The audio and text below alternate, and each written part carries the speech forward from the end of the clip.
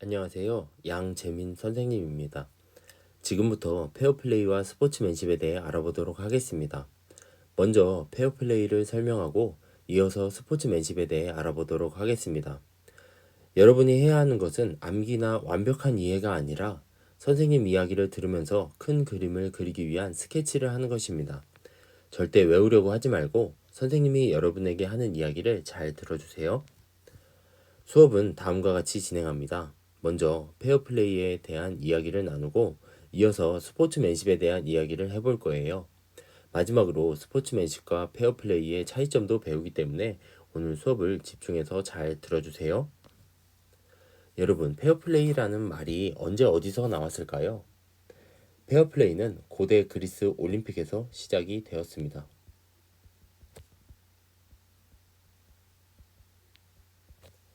페어플레이의 뜻은 정정당당히 경쟁한다 라는 의미를 나타냅니다. 그런데 여러분, 고대 그리스 올림픽이 무슨 말인지 처음 듣는 친구들도 있죠. 간단히 소개하면 올해 여름에 도쿄 올림픽이 열리잖아요. 열리기로 계획이 되어 있는데 코로나 때문에 어떻게 될지 아직은 모르겠습니다. 그 올림픽은 1896년, 잘 안 보이네요. 잘 보이게 밝은데 써볼게요. 1896년 제1회 아테네 올림픽을 시작으로 지금까지 이어지고 있는 대회입니다. 고대 올림픽은 1896년부터 한 것이 아닙니다. 고대 올림픽의 시작은 다양한 자료는 있지만 명확하게 언제 시작했는지는 알 수 없습니다. 그리고 지금 열리는 올림픽과 성격도 달랐습니다. 고대 올림픽은 서기 392년, 다시 말해서 기원 후 392년에 마지막 대회가 열렸습니다. 지금이 몇 년이죠? 2021년이죠. 약 1600여 년 전에 마지막 대회를 끝으로 고대 올림픽이 끝이 났습니다. 제293회 대회였고요. 기원 후라는 말은 예수 탄생 이후를 의미합니다. 올림픽이 그때 당시에 4년에 한 번씩 열렸습니다. 지금도 4년에 한 번씩 열리죠. 4년에 한 번씩 열렸으니까 기원전 1세기부터 열렸다는 것을 우리는 추측해 볼 수 있습니다. 다시 말해서 예수 탄생 이전에 약 1000년 전부터 고대 그리스 올림픽이 열렸다는 것을 알 수 있습니다. 페어플레이는 고대 올림픽에서 시작이 되었고 정정당당히 경쟁한다는 의미를 나타냅니다. 그리고 이러한 페어플레이는 근대 스포츠의 탄생과 밀접한 관계를 갖습니다. 근대 스포츠라고 하면 우리가 흔히 알고 있는 스포츠들이 있죠. 뭐 테니스나 축구나 배구나 농구나 뭐 이러한 근대 스포츠를 생각해 볼 수 있습니다. 어떤 관계를 갖는지 선생님 이야기를 잘 들어보세요.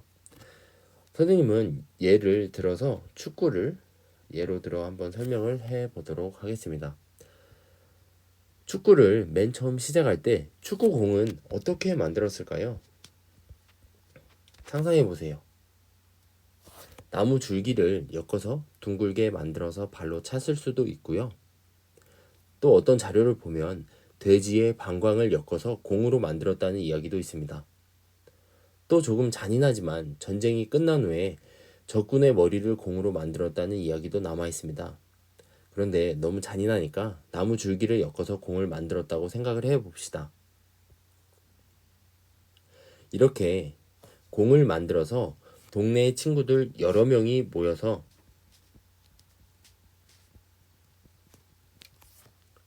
공을 발로 차면서 가지고 놀다가 옆 동네 친구들이랑 시합을 하게 됩니다.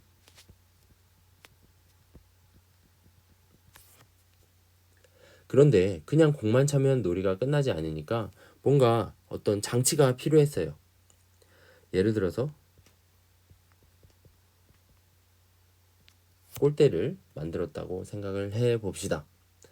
골대에 넣는 시합을 하는데 또 하다 보니까 내가 사는 지역에서만 하는 것이 아니라 전 세계적으로 많은 사람들이 어떤 물체를 발로 차면서 골대에 넣는 비슷한 게임을 많이 한다는 것을 알게 되고, 그러면서 서로의 실력을 겨루어 보려고 합니다.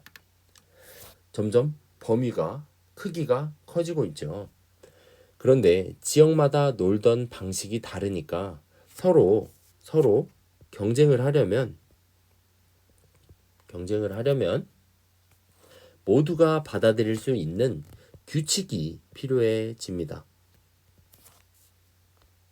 규칙이 있어야 똑같은 조건 속에서 경쟁을 할 수 있게 되니까요. 그래서 규칙이 만들어지면서 공정한 경쟁을 하게 됩니다. 다시 말해서 놀이가 게임이 되고 게임이 스포츠로 발전하는 데에는 규칙이 만들어지면서 스포츠로 발전할 수 있었던 겁니다. 이러한 규칙은 누구나 받아들일 수 있고 누구나 받아들여야만 했기 때문에 규칙이 만들어지면서 정정당당히 경쟁을 할 수 있게 됩니다. 그래서 여기서부터 페어플레이가 시작이 됩니다. 모두가 지켜야만 하는 규칙이 있고 그 규칙을 누구에게나 동등하게 적용하고 이러한 규칙을 지키면서 정정당당히 경기에 참여해야 하는 태도나 가치 판단의 기준을 페어플레이라고 보면 됩니다. 여러분들이 알고 있는 대부분의 스포츠는 영국, 프랑스, 미국 등 다양한 나라에서 시작했습니다. 그런데 이러한 나라도 과거에는 신분 제도가 있었습니다. 신분 제도. 신분 제도는 대표적으로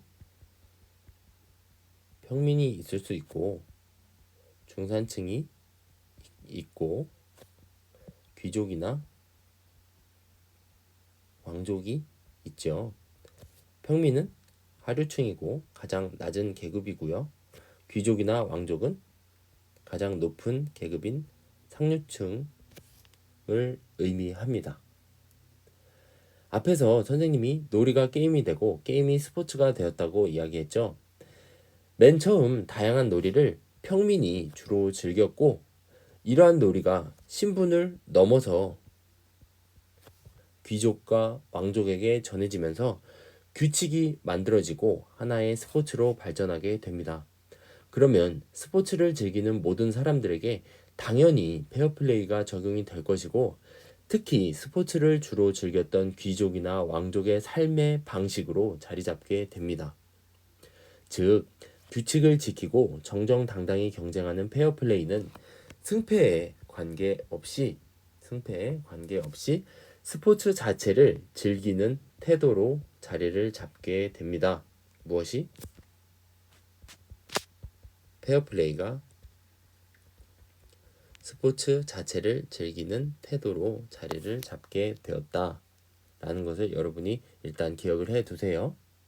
그리고 이러한 태도가 확산이 되면서 당시 사람들에게 요구되는 하나의 정신으로 정착이 되어 갔습니다.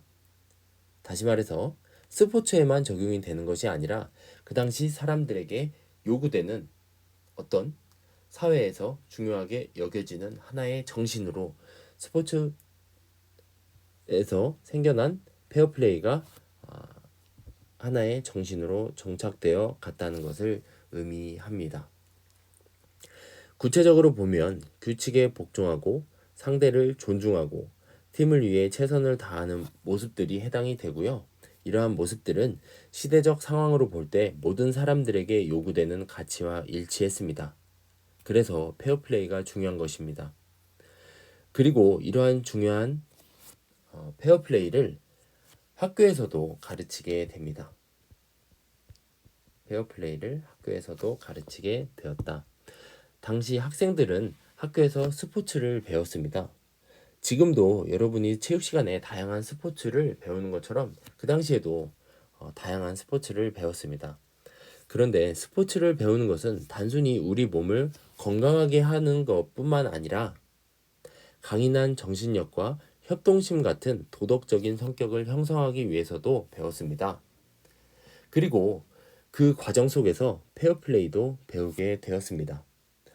그래서 스포츠를 배우고 그 안에 있는 페어플레이는 단지 스포츠에만 해당되는 것이 아니라 우리의 삶 속에서 얼마든지 적용할 수 있다는 점에서 그 의미가 크다고 할 수 있습니다.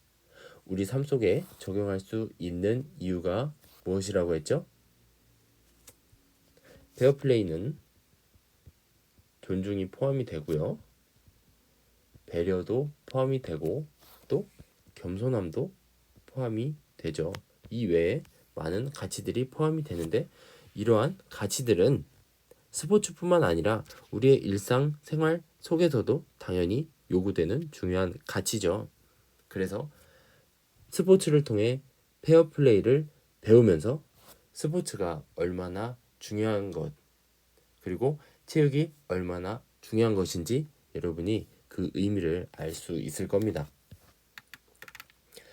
그러면 페어플레이의 의미에 대해 좀 더 구체적으로 알아봅시다. 페어플레이의 의미는 학자들마다 의견이 다릅니다. 그런데 페어플레이에 대해 이런 이야기를 하기도 합니다. 페어플레이가 없는 스포츠는 더 이상 스포츠가 아니다라는 이야기를 합니다. 어떻게 생각하세요, 여러분? 되게 추상적이죠?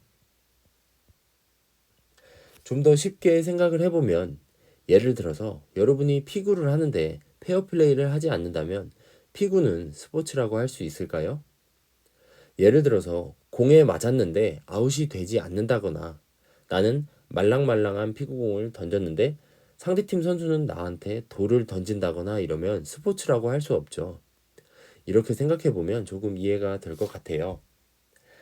페어플레이의 의미에 대해 다양한 의견이 있지만 기본적으로 정정당당한 경기 참여와 경쟁 상대에 대한 도덕적 태도는 반드시 포함이 되고 있습니다. 여기서 말하는 도덕적 태도는 앞에서 설명한 배려도 포함이 되고 겸손도 포함이 되고 존중도 포함이 되겠죠. 이외에 많은 가치들이 있다고 했습니다. 먼저 하나씩 살펴보도록 합시다. 자, 먼저 정정당당한 경기 참여는 규칙 준수를 통한 공정성의 확보를 말합니다. 이게 무슨 말이냐? 규칙 준수를 통한 공정성의 확보. 한번 선생님 설명 잘 들어보세요. 스포츠는 기본적으로 경쟁을 통해 신체 능력을 겨루는 활동이죠. 이때 경쟁 조건은 모든 참가자에게 동일해야 하고 그 결과를 누구나 수용할 수 있는 규칙과 기준이 있어야 하죠. 이러한 기준을 공정성이라고 합니다. 다시 설명할게요. 스포츠는 경쟁을 통해서 신체 능력을 겨루는 활동인데 이때 경쟁 조건은 모든 참가자에게 동일해야 합니다. 그리고 그 결과를 누구나 수용할 수 있는 규칙과 기준이 있어야 합니다. 이러한 기준을 공정성이라고 합니다. 그래서 공정성은 순수한 경쟁을 하기 위한 조건이 됩니다. 이러한 조건이 있어야만 순수한 경쟁을 할 수 있습니다. 즉, 스포츠는 시작 전에 공정성을 조건으로 합니다. 예를 들어서 여러분이 피구를 할 때 피구를 하면서 없던 규칙을 새로 만들거나 정하지는 않죠. 이미 규칙에 대해 알고 있고 그러한 규칙을 피구를 하면서 지켜가면서 경기를 합니다. 그래서 페어플레이는 규칙을 알고 있는 것뿐만 아니라 규칙을 지키겠다는 약속이기도 합니다. 스포츠의 경쟁은 규칙을 지키는 것만으로 이루어지지 않습니다. 여기서 스포츠만의 독특한 모습이 나타납니다. 예를 들어서 축구를 보면 상대 선수가 부상을 당했을 때 공을 밖으로 걷어냅니다. 그런데 이러한 행동은 축구 규칙에 포함되지 않은 행동이에요. 축구 규칙에 골키퍼를 제외한 나머지 선수가 공을 손으로 잡으면 안 된다는 명확한 규칙이 있는 것과 다르죠. 상대 선수가 다쳤으면 공을 아웃시키라는 규칙은 없습니다. 그런데도 이러한 행동을 하는 것은 경쟁자에 대한 배려를 실천하는 모습으로 볼 수 있습니다. 경쟁자에 대한 배려를 실천한다. 무엇이? 공을 아웃시키는 것이. 언제? 경쟁자가 부상을 당했을 때. 이러한 모습은 스포츠를 배우고 페어플레이를 알게 되면 습관처럼 우리 몸에 익히게 되는 겁니다. 그래서 여러분이 스포츠에 참여하고 학교에서 체육 수업을 듣는 것입니다. 체육이 얼마나 중요한지 조금 이해가 되나요? 여러분, 오늘 내용이 많이 어려운가요? 오늘은 여러분이 암기하려고 하지 말고 선생님 이야기를 차분히 들어주면 됩니다. 그리고 여러분이 선생님 이야기를 듣고 잘 생각해 보세요. 그러면 충분합니다. 지금까지 설명한 페어플레이는 스포츠에서만 적용이 될까요? 아니죠. 스포츠뿐만 아니라 일상생활에서도 적용할 수 있다고 했습니다. 그러면 어떻게 적용되는지 살펴봅시다.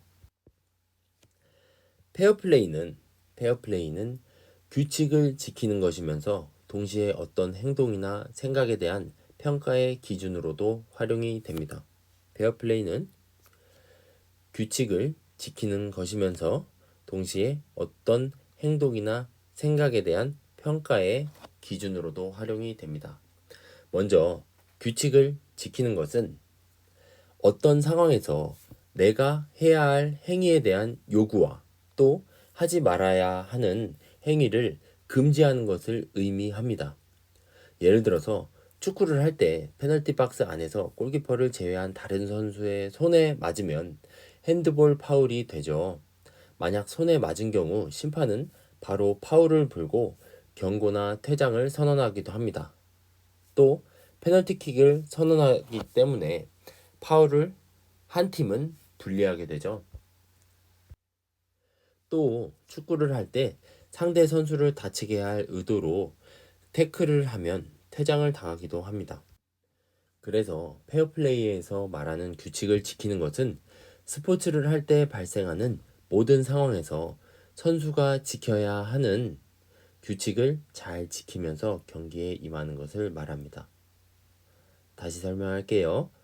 페어플레이에서 말하는 규칙을 지키는 것, 규칙 준수는 스포츠를 할 때 발생하는 모든 상황에서 선수가 지켜야 하는 규칙을 잘 지키면서 경기에 임하는 것을 말합니다.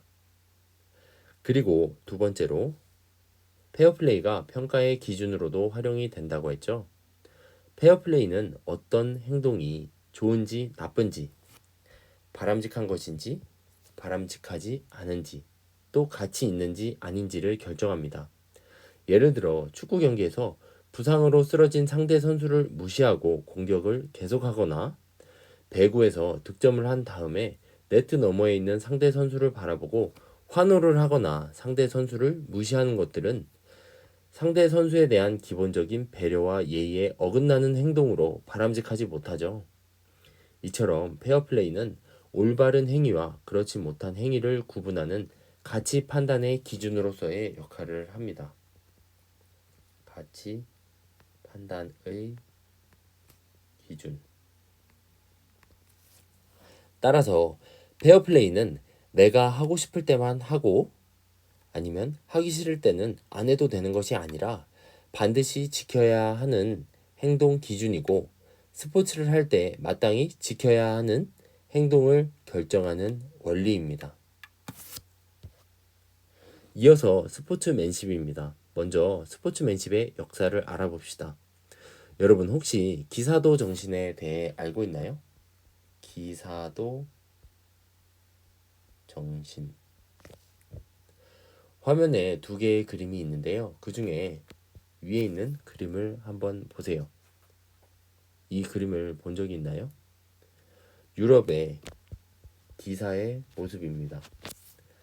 지금으로 따지면 군인으로 생각을 하면 될 것 같아요. 영화에서 봤을 수도 있고 게임에서 비슷한 모습을 봤을 수도 있을 것 같아요.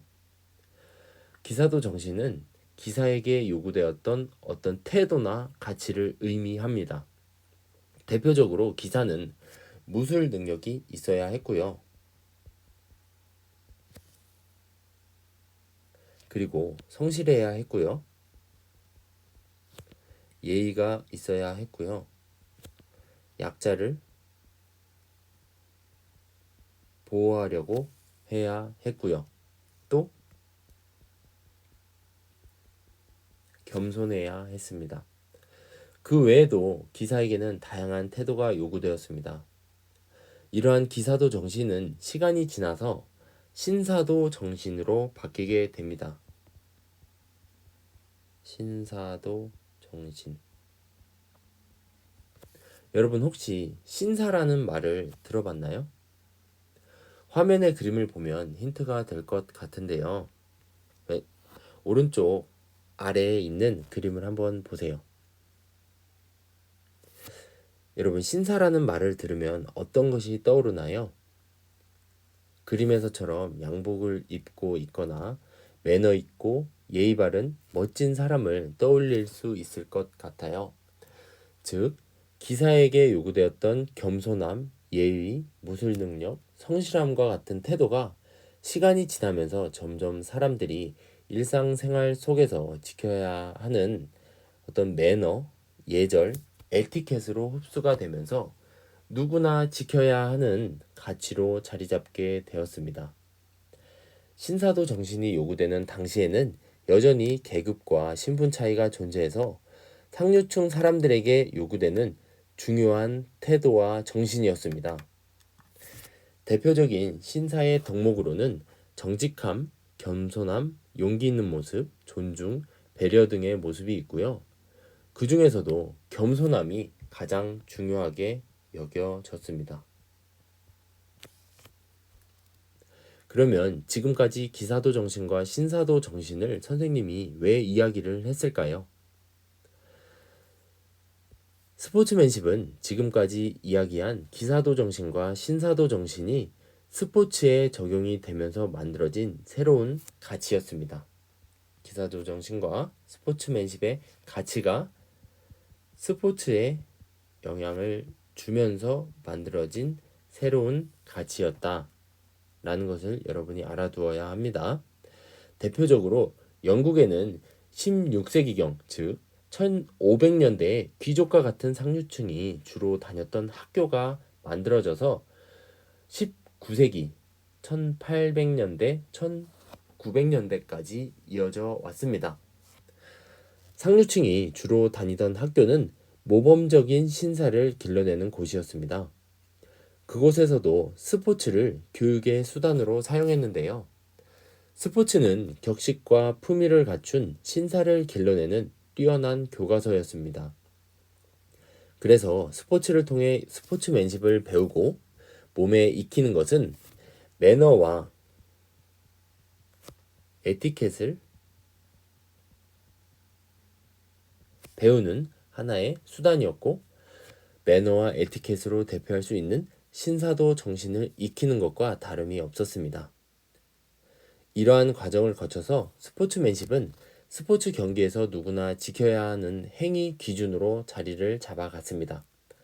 그래서 스포츠맨십을 스포츠 정신이라고 부르는 이유도 여기에 있습니다. 여러분, 스포츠는 처음부터 도덕적 행위와는 관련이 없었습니다. 쉽게 말해서 스포츠 선수는 도덕을 위해서 스포츠 활동에 참여하지 않습니다. 여러분도 한번 생각해 보세요. 여러분이 축구, 농구, 수영, 배구, 피구와 같은 스포츠를 할 때 도덕적인 가치를 지키기 위해 참여하나요? 대부분의 학생들이 즐거움과 재미를 추구하기 때문에 참여하죠. 또 건강을 위해서도 참여하고요. 스포츠 활동에 참여하는 목적은 대부분 승리를 위해 합니다. 그래서 상대를 이기려고 하다 보면 배려, 겸손, 정직과 같은 가치들을 어기는 모습도 나타나기도 합니다. 왜냐하면 상대방을 배려하고 정직하게 경기에 참여하고 상대 선수를 도와주다가는 이길 수 없기 때문입니다. 그런데 여러분, 스포츠 활동은 오직 경쟁만을 위해 존재하는 것이 아니라 경쟁 자체의 도덕적 가치를 물어봅니다. 예를 들어서 스포츠맨십은 경쟁을 할 때 상대를 배려하지 않는다거나 겸손하지 않는다거나 정직하지 않을 수 있는 모습을 뒤집어서 행동할 수 있도록 하는 원리로 작용합니다. 다시 한번 설명할게요. 스포츠맨십은 경쟁을 할 때 배려하지 않는다거나 겸손하지 않거나 정직하지 않는 이러한 모습들을 뒤집어서 배려하고 겸손하고 정직하게 스포츠에 참여할 수 있도록 하는 어떤 원리로 작용을 합니다. 조금 더 쉽게 말해서 스포츠를 할 때 겸손해야 하고 정직해야 하고 배려해야 하는 스포츠의 긍정적인 가치를 지켜주는 원리가 스포츠맨십입니다. 스포츠는 기본적으로 내 능력의 어떤 우월성을 발휘하기 위해서 참여하죠. 또 내 능력을 다른 사람의 능력과 비교해서 다른 사람의 능력을 뛰어넘기 위해 참여하는 활동이기 때문에 때로는 이기적이고 감정적인 모습이 나타나기도 합니다. 그런데 스포츠맨십은 경쟁의 부정적인 요소를 인간이라면 마땅히 지켜야 하는 가치들로 막아줍니다. 이게 무슨 말이냐? 스포츠맨십은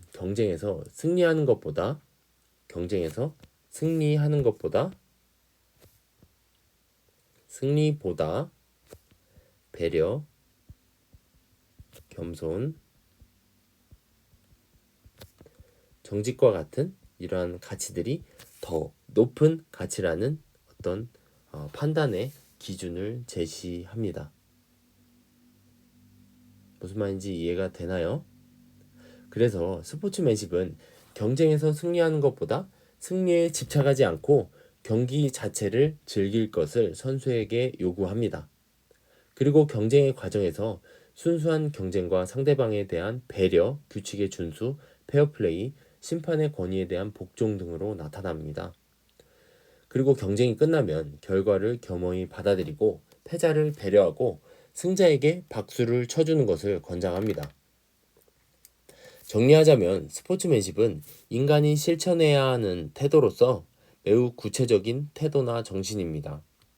스포츠가 단순히 규칙에 의한 경쟁이라는 모습을 뛰어넘어서 인간 사이에서 마땅히 지켜야 하는 행동 기준에 대한 감정을 자극하고 이를 통해 행동의 새로운 가치를 발견해 나가는 모든 정신적 과정입니다.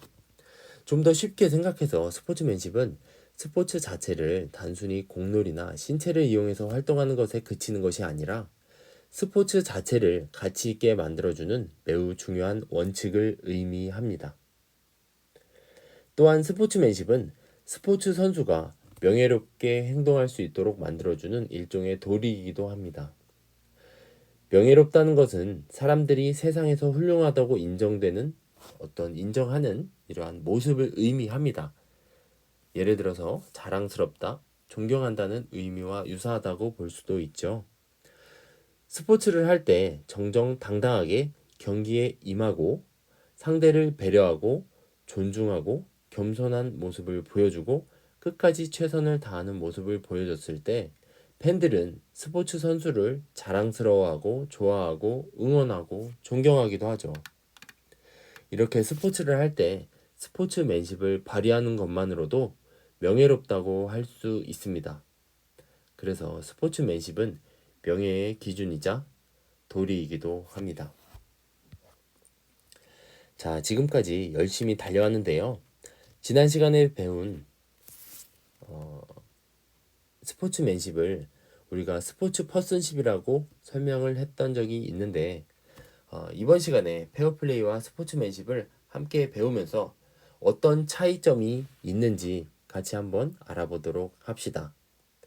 그림을 먼저 설명을 하겠습니다. 그림을 보면 규칙 준수가 중심에 있죠. 그리고 규칙 준수가 페어플레이의 안에 있다는 것을 알 수 있습니다. 그리고 페어플레이는 스포츠맨십 안에 있고요. 그래서 스포츠맨십이 가장 큰 개념이고 스포츠맨십 안에 페어플레이와 규칙 준수가 있다는 사실을 알 수 있습니다. 그런데 페어플레이와 스포츠맨십은 그 의미를 같다고 보는 경우가 많죠. 그런데 사실 전혀 다른 범위를 나타냅니다. 화면에 그림을 봐도 알 수 있죠. 예를 들어서 국가대표 축구 경기를 보다 보면 이란이나 사우디 같은 중동 국가들이 경기를 지고 있을 때 근육 경련을 핑계로 드러누워서 아픈 척을 하면서 고의로 경기를 지연하기도 하죠. 또 일본은 2018년 러시아 월드컵에서 조별 예선을 통과하려고 20분이 넘는 시간을 무의미한 패스를 하면서 시간을 끌기도 했습니다. 스포츠에서는 이러한 행동을 바람직하지 않은 것으로 규정하죠. 이는 두 가지 스포츠 규범을 지키지 않았기 때문입니다. 여기서 스포츠맨십과 페어플레이의 차이가 나타납니다. 먼저 경기를 지연하는 행위는 경기 지연 이러한 행위는 정정당당하게 경기에 임해야 하는 의무, 즉 페어플레이를 어긴 것입니다. 페어플레이는 내가 한 행동을 상대방이 똑같이 했을 때 내가 받아들일 수 없다면 나도 그 행동을 하지 말라는 행동 기준입니다.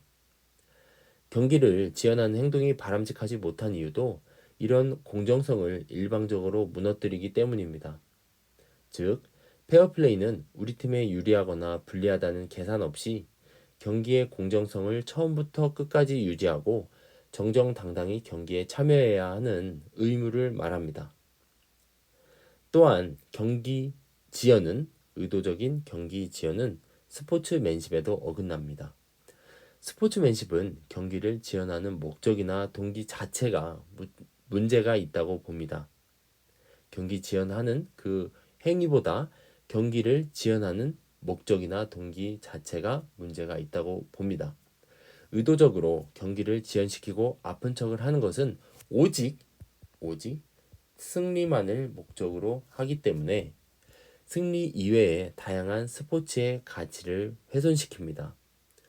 그래서 스포츠맨십은 경기를 지연시켜서 얻은 승리가 그것으로 인해 잃어버린 일반적인 가치들, 예를 들어 존중이나 배려나 겸손이나 정직과 같은 가치들에 비해 시간 지연을 통해 얻은 승리가 더 큰 가치를 갖고 있는지 물어봅니다. 또 다시 한번 생각하게 만듭니다. 성실함, 명예, 겸손, 배려, 정직, 존중과 같은 가치들은 이기고 지는 것을 떠나서 스포츠에 참여하는 선수라면 누구나 지녀야 하는 가치입니다. 이런 가치를 대신해서 얻은 승리는 정정당당하지도 않고 오히려 몰상식하고 비겁한 행동의 결과로 얻었다고 할 수 있습니다. 그래서 스포츠맨십은 스포츠 경기 자체에서 사람으로서 또 선수로서 마땅히 지켜야 할 도리를 지키고 강화하려는 스포츠 정신을 의미합니다. 따라서 스포츠맨십은 페어플레이에 비해 보다 일반적이고 누구나 지켜야 하는 태도와 정신이라고 할 수 있습니다. 여러분, 오늘 수업을 통해 페어플레이와 스포츠맨십에 대해 알아봤습니다. 막연히 알고 있었던 페어플레이와 스포츠맨십의 개념에 대해 많이 알게 되었는지 궁금합니다. 선생님은 여러분이 오늘 수업을 통해서 페어플레이와 스포츠맨십의 개념을 명확하고 정확하게 아는 것도 중요하지만 그보다도 큰 그림을 그리기 전에 스케치를 그리는 과정이 되었으면 좋겠다는 생각을 합니다. 지금까지 배운 페어플레이와 스포츠맨십에 대해 여러분이 선생님과 함께 스케치를 했으니까 앞으로 여러분이 살면서 학교에서나 학교 밖에서나 다양한 스포츠 활동에 참여하면서 여러분이 색칠을 해 나갔으면 좋겠습니다. 선생님 이야기 들어주셔서 너무 감사하고요. 다음에 더 유익한 내용으로 찾아오도록 하겠습니다. 수고했습니다. 안녕.